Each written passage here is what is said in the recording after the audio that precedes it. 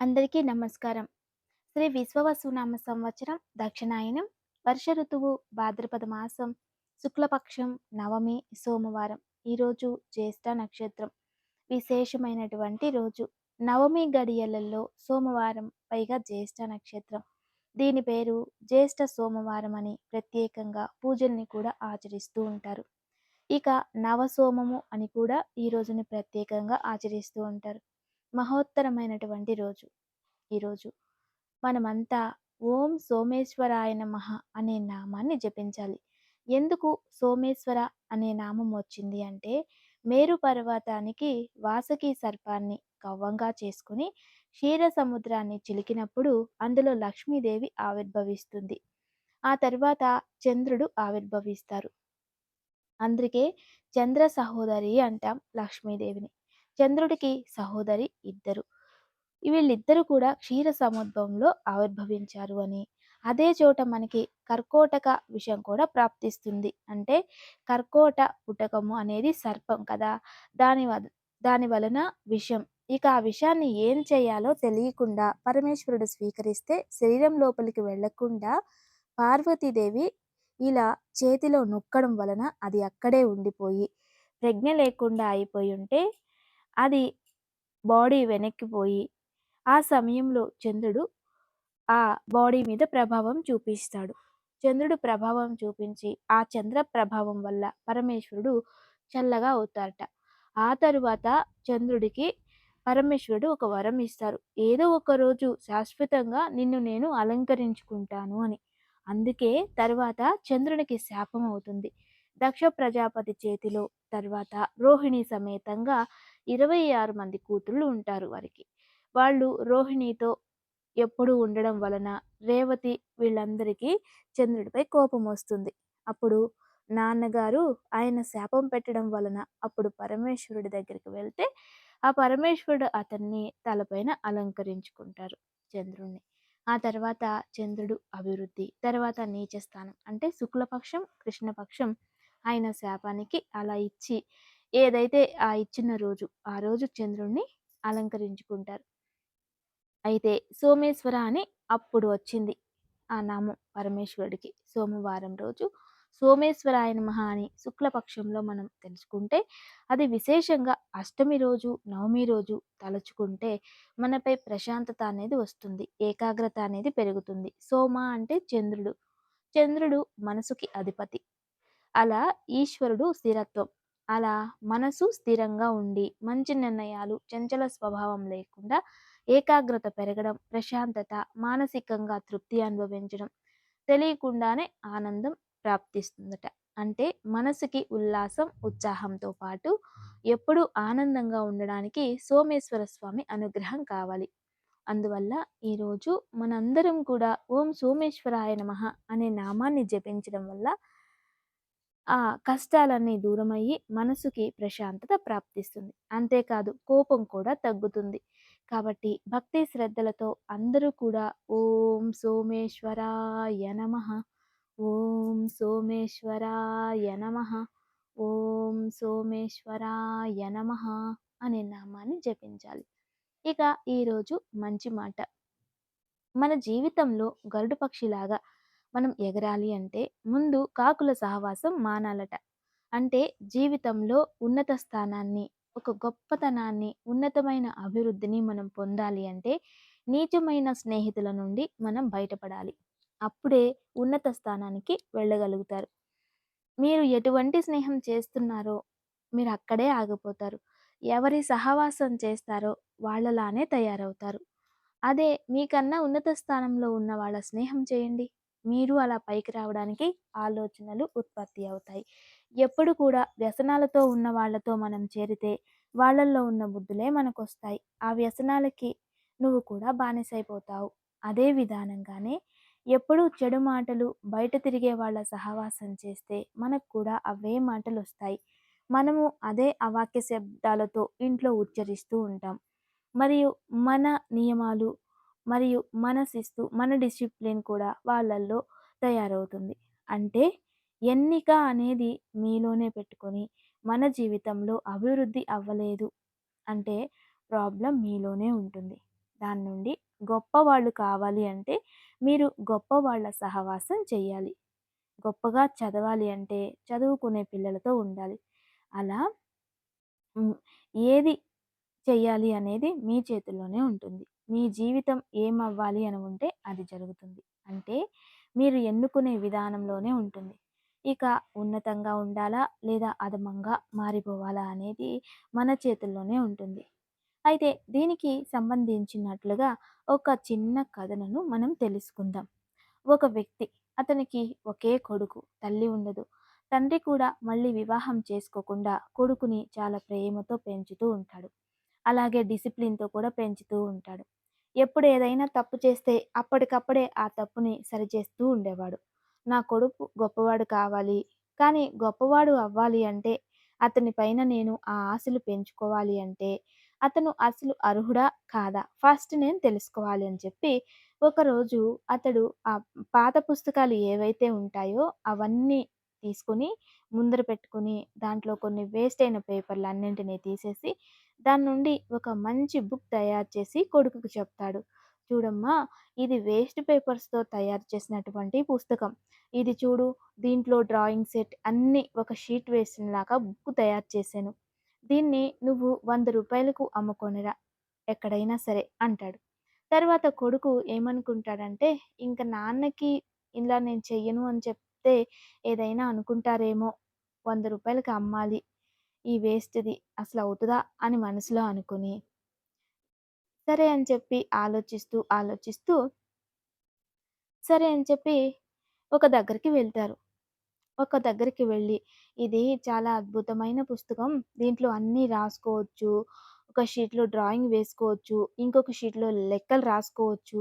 అలా మంచిగా తయారు చేశాము. ఇది కేవలం రూ. 100 మాత్రమే. అంటే ఇలాంటి పుస్తకం మీరు బయట కొనాలంటే కనీసం 200 అవుతుంది. తీసుకుంటారా మీరు అంటే, ఆ కొట్టువాడు వద్దు అనలేక, ఆ పిల్లవాడి బాధ చూసి వద్దు అనుకోకుండా అతనిచ్చినటువంటి ఆ ప్రెజెంటేషన్ చూసి, సరే ఇచ్చేయి బావుంది అని చెప్పేసి తీసేసుకుంటాడు. తర్వాత కొన్ని రోజులైన తర్వాత మళ్ళీ వాళ్ళ నాన్న అలాంటిదే ఇంకొక పుస్తకం తయారు చేసి ఇస్తారు. పాత పేపర్. ఇదిగో దీన్ని రూ. 100కి అమ్ముకొచ్చావు కదా! ఇప్పుడు దీన్ని 200కి అమ్ముకొనిరా అంటాడు. రూ. 100కి అమ్మడమే కష్టమైపోయింది. ఇప్పుడు 200 ఎలారా దేవుడా! అని చెప్పి ఆయన ఏం చేస్తారంటే ఆ పాతగా మిగిలిపోయిన బుక్స్ ఉంటాయి గదా! ఆ బుక్స్‌లో వదిలేసినవి కొన్ని కార్టూన్స్ బొమ్మలు, బైక్స్‌వి ఇలాంటివన్నీ ఫ్రూట్స్‌వి చిన్న చిన్న పాత పుస్తకాల్లో ఉండే బొమ్మలుంటాయి కదా! ఆ పేపర్‌లంతా కట్ చేసి, ఆ వేస్ట్ బొమ్మలన్నీ దాంట్లో అతికించేస్తాడు. అతికించేసి చక్కగా రెడీ చేసుకొని ఒక స్కూల్ దగ్గరికి వెళ్తాడు. స్కూల్ దగ్గరికి వెళ్ళి ఒక ఆయన్ని వాళ్ళ కొడుకు ఎల్‌కేజీ స్టూడెంట్ అయ్యి ఉంటాడు. ఆ కొడుకుని తీసుకెళ్తూ ఉంటాడు. అంకుల్ అంటాడు. "ఆ! చెప్పమ్మా ఏంటి?" అనగానే మీ కొడుక్కి ఉపయోగపడే అద్భుతమైన బుక్ ఒకటిస్తాను. అందులో ఆ బాబు ఏమడిగినా కూడా చాలా బావుంటుంది. వెంటనే చూపించొచ్చు. అతనికి లోకజ్ఞానం కూడా తెలుస్తుంది. అటువంటి పుస్తకం ఇది. రూ. 200 అంతే. కానీ మీకు బాగా ఉపయోగపడుతుంది. దీన్ని చూడండి అంటాడు. అప్పుడు ఆ పుస్తకం తీసుకుంటాడు. ఇది పాత పేపర్‌లతో తయారు చేసి ఉంది కదా! అనుకుంటాడు. కానీ లోపల అతికించిన బొమ్మలుంటాయి కదా! అవి చూసి ఇన్‌స్పైర్ అయ్యి ఆ కొడుకు కూడా డాడీ నాకు బావుంది, నచ్చింది అని అనడంతో ఆయన ఆ 200 అడిగితే 250 ఇచ్చేసి దాన్ని తీసుకొని కొనుక్కుంటారనమాట. ఆ తర్వాత అతడు ఆ 250 తీసుకొని వాళ్ళ నాన్నకిచ్చేస్తాడు. నాన్న తీసుకో అని. నాన్నకి ఏం జరిగిందని అన్నీ తెలుసుకుంటాడు. తర్వాత కొద్ది రోజులైన తర్వాత వాళ్ళ నాన్న ఏం చేస్తాడంటే ఇంకొక పుస్తకం తయారు చేస్తాడు. దీన్ని రూ. 1000కి అమ్ముకొనిరా అంటాడు. ఆ బాబుకి ఏం చేయాలో అర్థం కాదు. సరే అని చెప్పేసి దాన్ని ఛాలెంజింగ్‌గా తీసుకొని చెప్పి సరే నాన్న నాకు 2 రోజులు టైం కావాలి. ఈ రోజుకి ఈ రోజు ఇప్పటికిప్పుడే అంటే అవ్వదు. నాకు కొంచెం టైం ఇవ్వండి అంటారు. సరే అని చెప్పి ఆయన ఏం చేస్తాడంటే, సరే తీసుకో అంటాడు. అప్పుడు ఆ బాబు ఎక్కడైనా ఏదైనా ఫంక్షన్‌లో ఆహ్, ఎక్కడున్నాయా? అక్కడికి ఎవరైనా వస్తారా? ఎవరొస్తున్నారు? హీరో వస్తాడా? హీరోయిన్ వస్తుందా? అని తెలుసుకునేవాడు. అక్కడ అడిగేవాళ్ళు అందరిని. అప్పుడు ఆ సమయంలో అక్కడికి ఒక గొప్ప పేరు ప్రతిష్ట ఉన్న ఒక హీరోనో, హీరోయినో వస్తే అక్కడికి వెళ్ళి అంకుల్ అని ఆ హీరోని పిలుస్తూ ఉంటాడు. చూసి చిన్న బాబు కదా! రా నాన్న అంటే ఒకే ఒక ఆటోగ్రాఫ్ అంకుల్ అంటాడు. ఒక ఆటోగ్రాఫ్ చేయించుకుంటాడు. అలా తెలిసిన వాళ్ళు పెద్ద పెద్ద గొప్ప వాళ్ళతో అంతా ఒక్కొక్క పేరు పైన ఆటోగ్రాఫ్ వేయించి ఆ పుస్తకంలో కనీసం 20 ఆటోగ్రాఫ్‌లు రాయించుకుంటాడు. రాయించుకొని ఒకరోజు ఆ 20 ఆటోగ్రాఫ్‌లున్న ఆ పుస్తకాన్ని పట్టుకొని నా దగ్గర ఇలాంటిదుంది. 20 ఆటోగ్రాఫ్స్ ఉన్న పుస్తకం నా దగ్గరుంది అంటే దాన్ని వేలం పాట వేయడానికి చుట్టుపక్కన జనాలందరూ వస్తారు. నాకు కావాలి, నాకు కావాలి అని ఆ పుస్తకాన్ని 5,000కి సేల్ చేస్తాడు. దాన్ని తీసుకెళ్ళి నాన్నకి డబ్బులిస్తే అప్పుడు ఆ నాన్న ఆ డబ్బులు తీసుకొని "నువ్వు గొప్పవాడివిరా బాబు! నీ పైన నేను ఎటువంటి కలలు పెంచుకున్నా నువ్వు వృధా చేయవు. సక్సెస్ చేస్తావు" అని ఆ నాన్న కొడుకుకి ప్రశంసించి మంచి స్కూల్‌లో చదివించి అతను ఏం చేయాలని అనుకుంటాడో అని ఆలోచించి చదివిస్తాడనమాట. అంటే ఈ కథలో ఉన్న సారాంశం ఏమిటంటే తల్లి, తండ్రి మీ దగ్గర డబ్బులుందని మంచి స్కూల్‌లో వేసేయడం, డాక్టర్‌లని చేద్దామని డొనేషన్‌లు కట్టేసి వాళ్ళని చదివించేయడం, అప్పులు చేసి విదేశాలకు పంపించేయడం, కొడుకు, కూతురు ఏదో గొప్పగా సాధించేస్తారని ముందుగానే కలలు కనేసి వాళ్ళ పైన లేనిపోని ఎక్స్‌పెక్టేషన్స్ పెట్టేసుకొని దాని ప్రకారం వాళ్ళు అవ్వలేదు అన్నప్పుడు జీవితాంతం క్షోభపడడం మానేసి ముందుగా వాళ్ళకి సంస్కారాన్ని నేర్పించాలి. రెండోది వాళ్ళు దానికి అర్హత ఉన్నవారా లేదా అని తెలుసుకొని, వాళ్ళకి ఏ అర్హత అయితే ఉందో దాని వైపు వాళ్ళని ప్రయాణం చేయిస్తే ఖచ్చితంగా మీరు సంతోషంగా ఉంటారు. వాళ్ళ జీవితం కూడా చక్కగా సరిదిద్దిన వాళ్ళవుతారు. వాళ్ళు సంతోషంగా ఉంటారు. ఇది ఇంట్లో ఉన్న ప్రతి తల్లిదండ్రికి చెప్పేటటువంటి ఒక విన్నపం. కాబట్టి అందరూ కూడా దీన్ని అర్థం చేసుకోవాలని మనవి. ఇక ఈరోజు తారాబలం.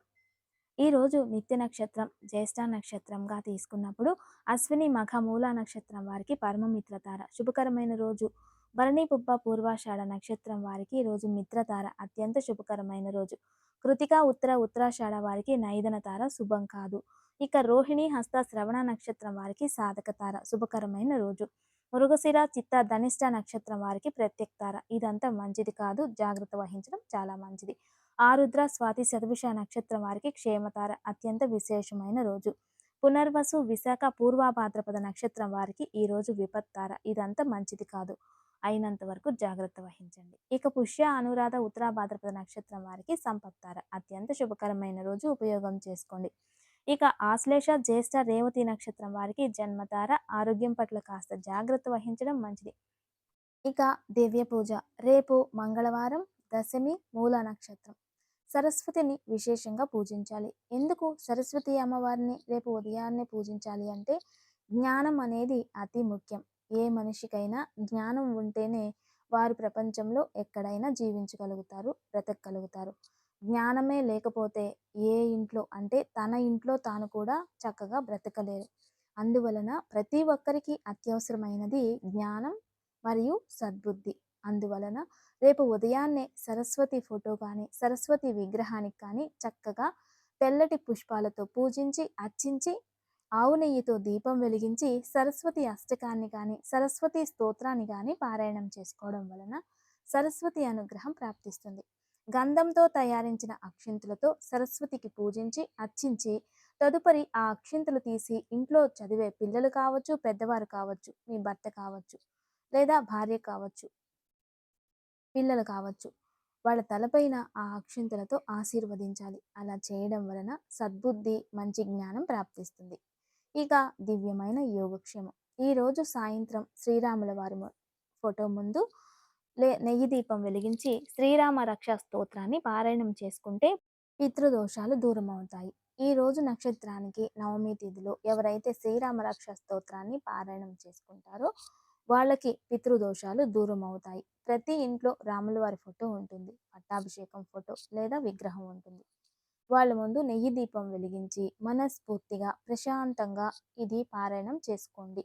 శ్రీరాముల వారి రక్షా కవచం మీ పైన ఎంత గొప్పగా పనిచేస్తుందో మీకే తెలుస్తుంది.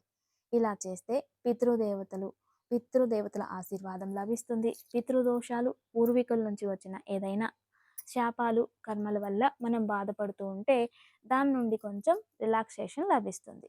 పితృదోషాలు దూరం అవుతాయి. దివ్యమైన యోగక్షేమం తప్పక ఆచరించండి. నమస్తే. Thanks for watching.